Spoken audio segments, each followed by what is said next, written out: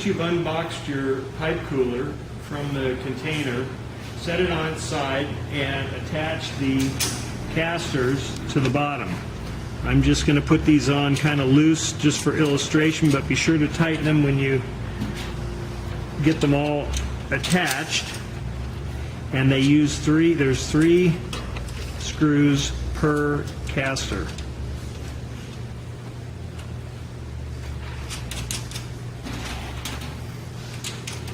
And so as soon as you get those on, then you can install the board that the battery is going to sit on. And now you're ready to set the tray that has the rollers, the pump, and the tub, etc. onto the cooler, and you're ready to go. Once you've unpacked the tray with the rollers on it, take the battery leads and fish them through the floor down to where the battery is located.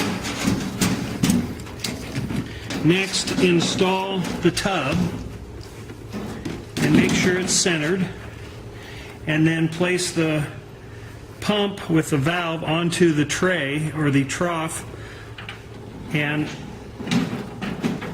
position this on top of the cooler.